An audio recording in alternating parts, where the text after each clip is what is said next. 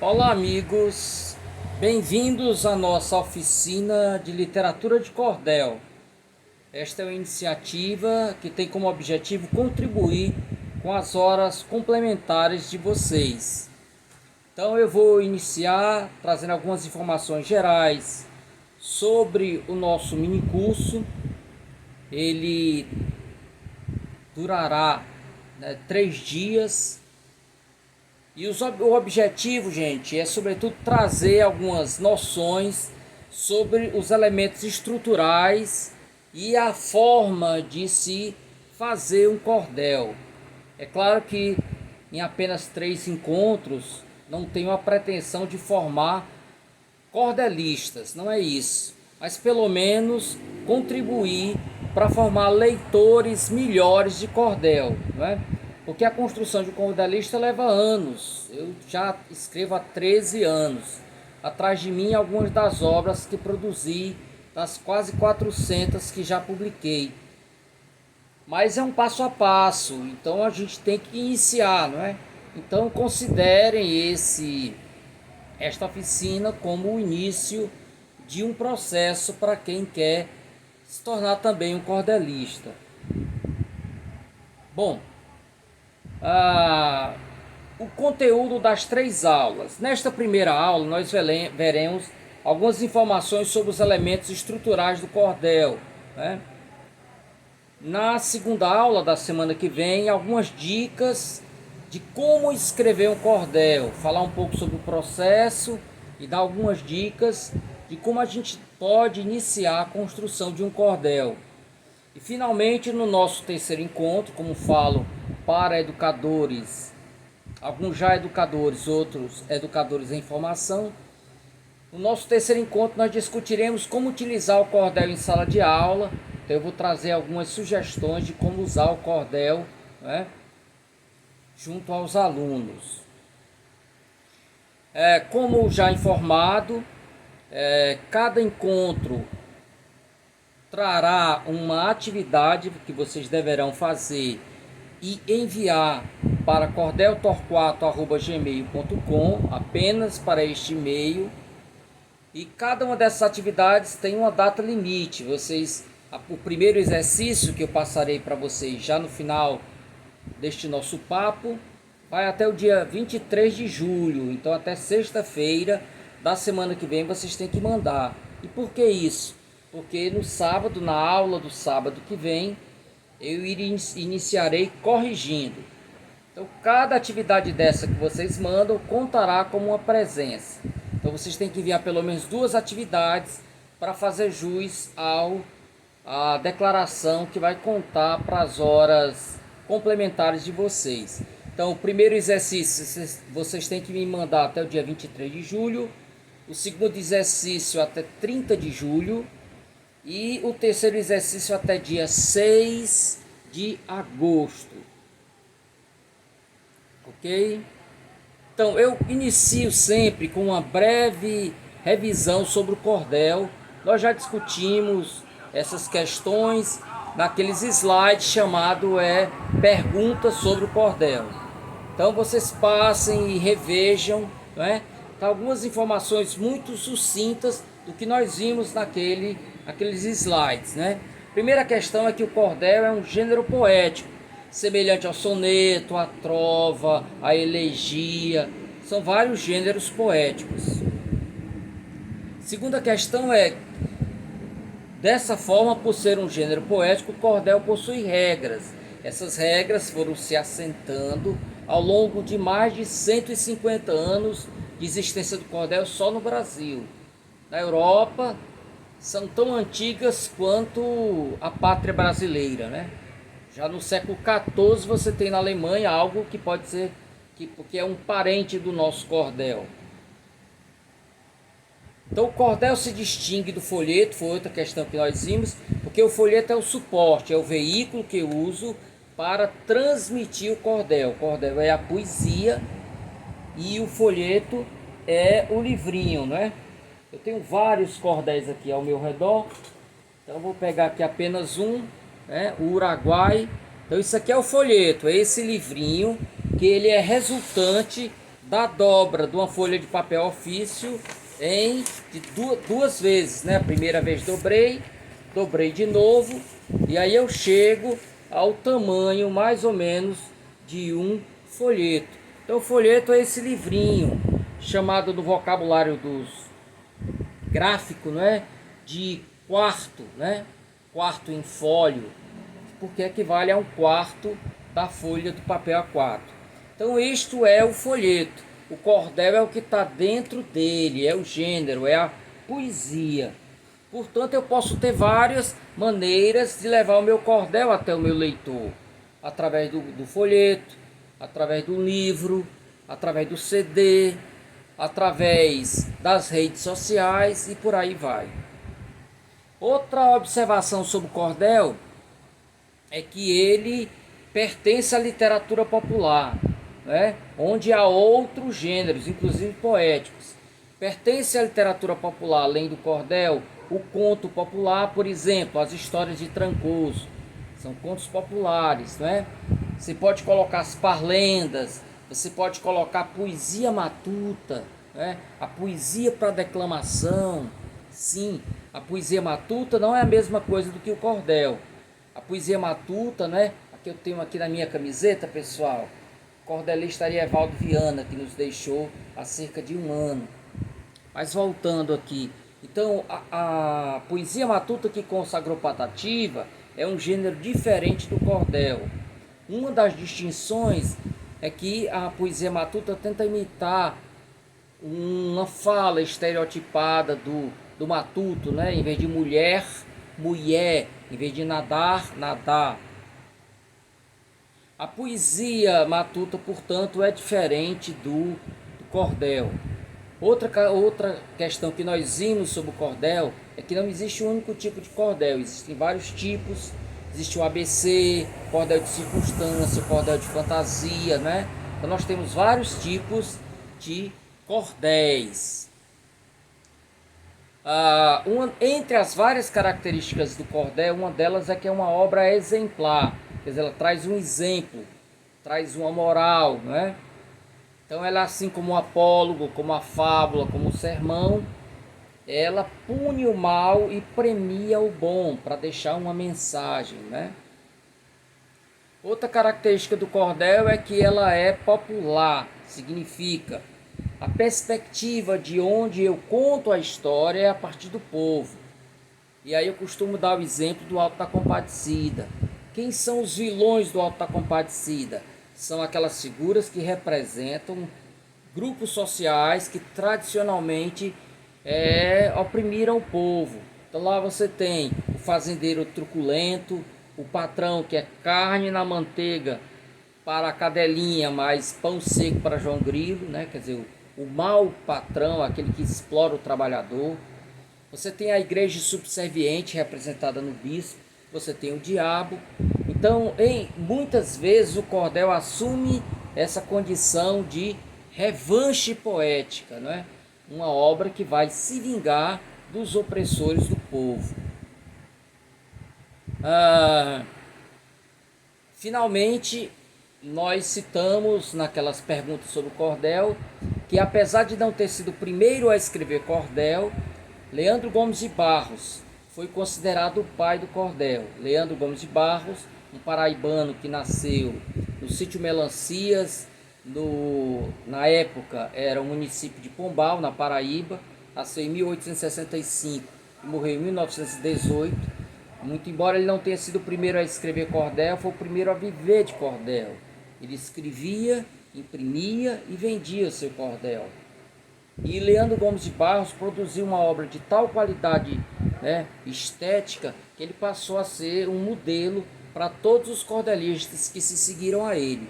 Por isso, merecidamente recebeu o epíteto de pai do cordel. Então, gente, quando nós vamos ensinar, né, a escrever um cordel, a primeira coisa que nós devemos passar para o aluno é quais são os elementos que compõem o cordel, como é que ele se estrutura, né? Então, os elementos estruturais do cordel, pessoal, são 5, a saber, o verso, a rima, desculpe, na ordem, o verso, a estrofe, a rima, o metro e a oração. Então você tem que dominar esses 5 elementos para você escrever um bom cordel. É claro que muitas outras coisas contribuirão, além do conhecimento técnico, a sensibilidade, não é? A criatividade, mas é condição sine qua non dominar esses elementos estruturais para começar, né, na estrada que te conduz a um bom cordel. Então nós vamos ver cada um deles separadamente. Este é o objeto do nosso primeiro encontro. Então o verso, como eu estou falando para alunos de letras, o verso nada mais é do que cada linha que compõe um poema, não é? Então um soneto, por exemplo, é formado por 14 versos. Cada uma daquelas linhas é chamado de verso, ok? Na linguagem do cordelista, ele também costuma chamar de pé, né? Então, um poema em 8 pés, um poema em 10 pés, é porque tem 10 versos. Então, existe inclusive a expressão pé quebrado, é quando o teu verso não está perfeito, ok? É um verso mal metrificado. Então, nós vamos ver aqui um exemplo, e a gente vai trazer sempre um exemplo, para que não fiquemos só na abstração. Eu vou trazer aqui para vocês a estrofe de abertura do cordel Coco Verde e Melancia, do José Camelo Rezende, José Camelo de Melo Rezende. Então ele diz assim: Coco Verde e Melancia é uma história que alguém quer sabê-la, mas não sabe o começo de onde vem, nem sabe os anos que faz, pois passam 30 de 100. Então nessa estrofe, pessoal, nós temos 6 versos. Cada verso, não é a linha. Então, Coco Verde e Melancia, primeiro verso, é uma história que alguém, segundo verso, quer sabê-la, mas não sabe, terceiro verso, o começo de onde vem, quarto verso. Quinto verso, nem sabe os anos que faz, sexto verso, pois passam 30 de 100, ok? Então nós vamos ver que é o nosso próximo elemento estrutural, que no cordel você terá estrofes, né? Ou com 4 versos, ou com 6 versos, ou com 7 versos, ou com 10 versos. Então vamos exatamente para falar do segundo elemento estrutural dos 5, que é a estrofe. Então a estrofe é um bloco de versos. Os versos estão juntos, se separam do outro bloco por um espaço em branco, né?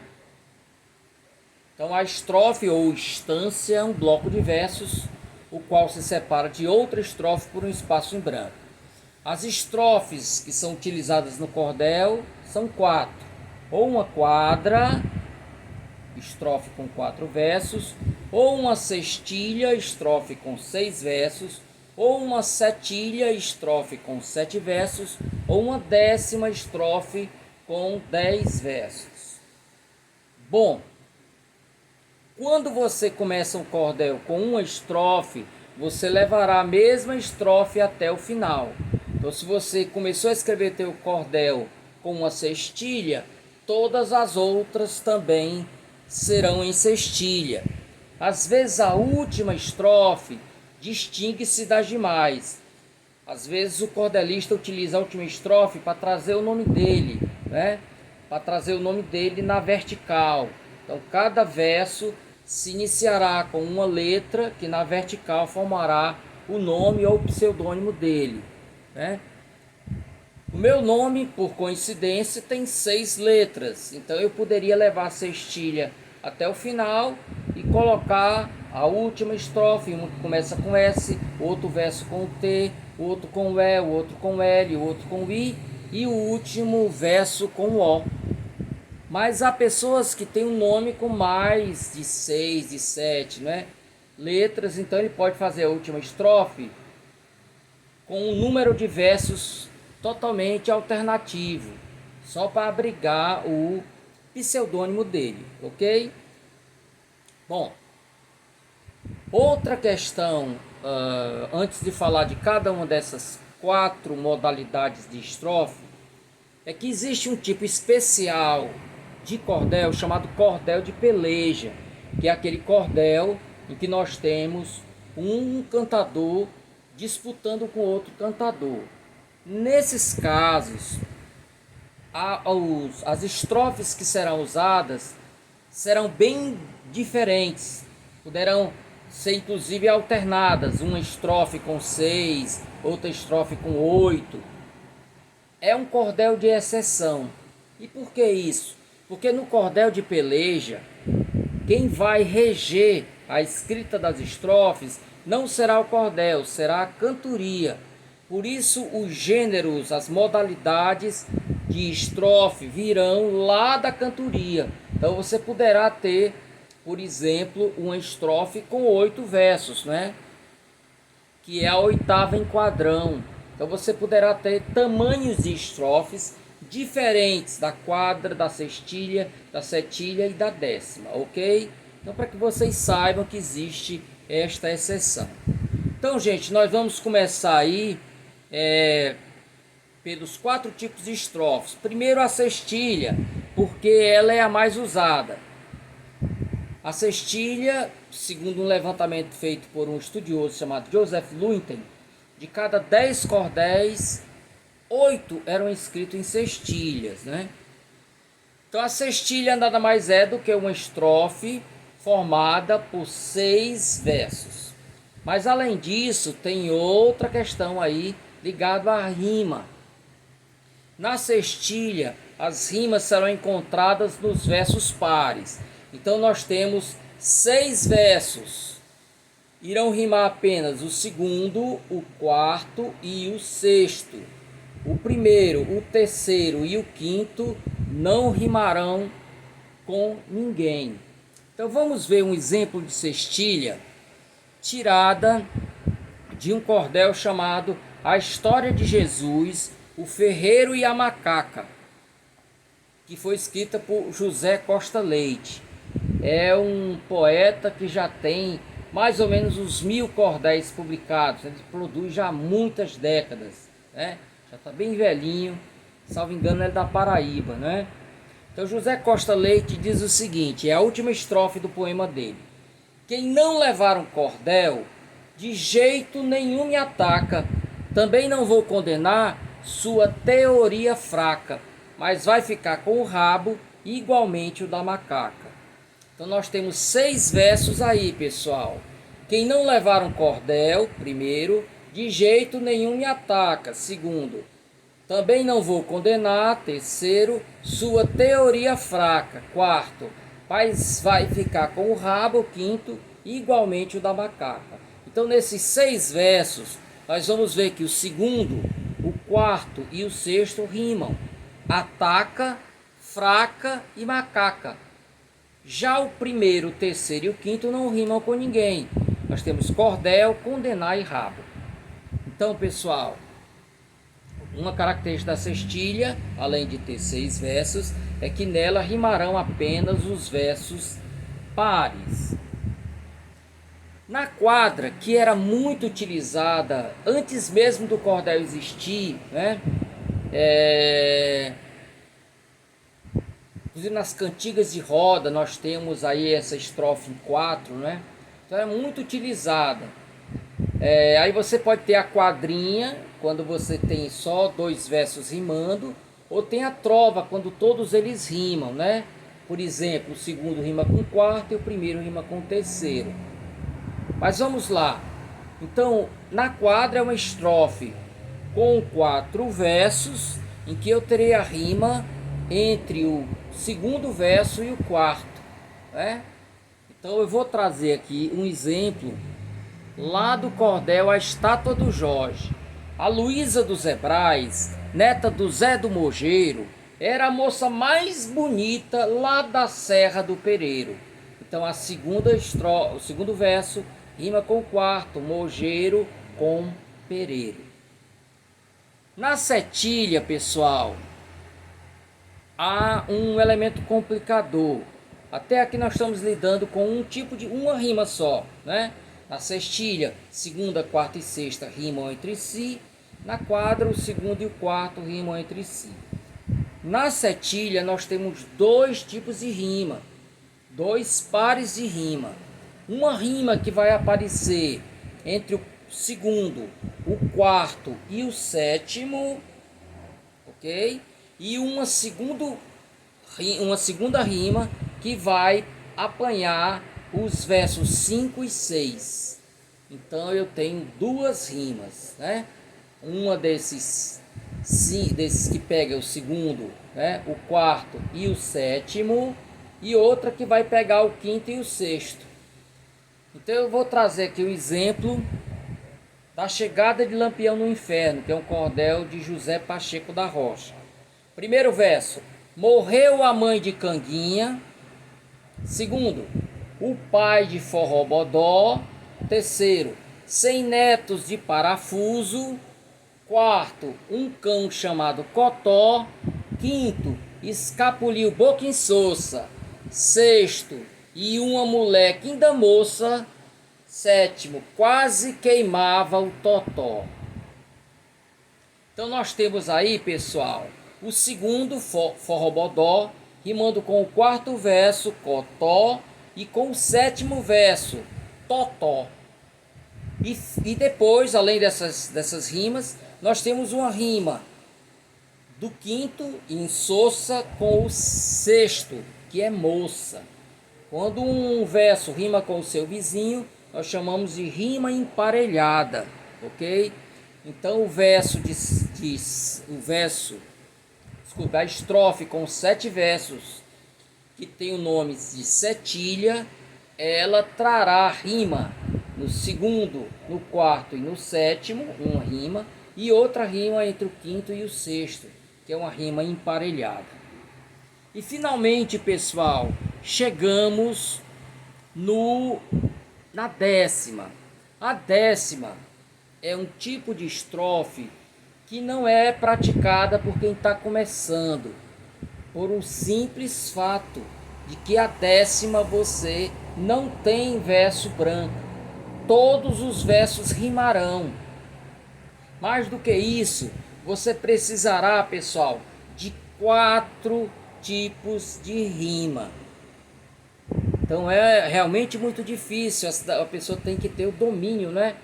Pegar 4 tipos de rima.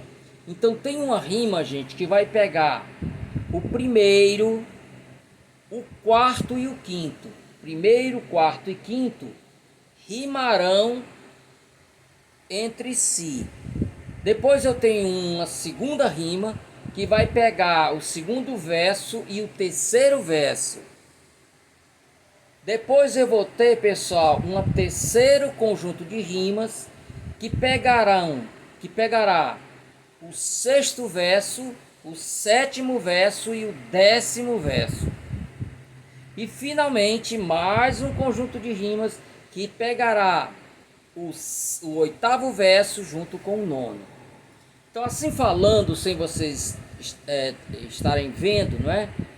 Talvez perturbe um pouco, mas os slides serão disponibilizados para vocês, então vocês poderão ver isso com bastante calma, ok? Com bastante calma. Então eu vou ler aqui para vocês, pessoal, para vocês observarem a história dessas rimas, né? Então, eram 12 cavalheiros, homens muito valorosos, destemidos e animosos, rimaram entre si. Entre todos os guerreiros, rimou com o primeiro que era cavalheiros. Como bem fosse oliveiros, rimou com esse aqui, guerreiros. Então, primeiro, o quarto e o quinto são cavalheiros, guerreiros, oliveiros. O segundo e o terceiro são valorosos e animosos. Um dos pares de fiança, que sua perseverança, olha, um rimando com o outro, venceu todos os infiéis, eram os leões cruéis, os 12 pares de França. Então, gente, vocês verão isso com calma. quando vocês estiverem de posse dos slides, vocês verão que se eu retirar o primeiro verso e retirar o último verso, portanto sobrarão apenas 8, todos os 8 rimarão com o seu vizinho. Então, o segundo, que passará agora a ser primeiro, porque eu tirei o primeiro, né? Valorosos rimará com animosos, guerreiros com oliveiros, fiança com perseverança, infiéis com cruéis. Então, nas décimas, pessoal, tirando o primeiro e o último verso, todos os outros rimarão com o seu vizinho. Ok? Então, a décima, como eu estou falando, é um verso muito difícil. Eis aqui um que eu escrevi, pessoal. A saudade é como espinho que fere o peito e a alma. É brisa que açoita a palma, predador que assalta o ninho. É raio de um sol mesquinho, uma chama exposta ao vento. Sentindo dela o tormento, eu grito em minha amargura. Sofro de ausência e longura, mas nunca de esquecimento. Então, pessoal, esse tipo de estrofe é muito usado na cantoria. Existe uma música aí que Zé Ramalho e a Amelinha cantam, não é? Que é mulher nova, bonita e carinhosa, não é? Faz o homem gemer sem sentir dor. Numa guerra de gregos e troianos, por Helena, a mulher de Menelau, conta a história que um cavalo de pau terminou uma guerra de 10 anos, né? Aí tem, Lalão, o maior dos espartanos, e aí começa.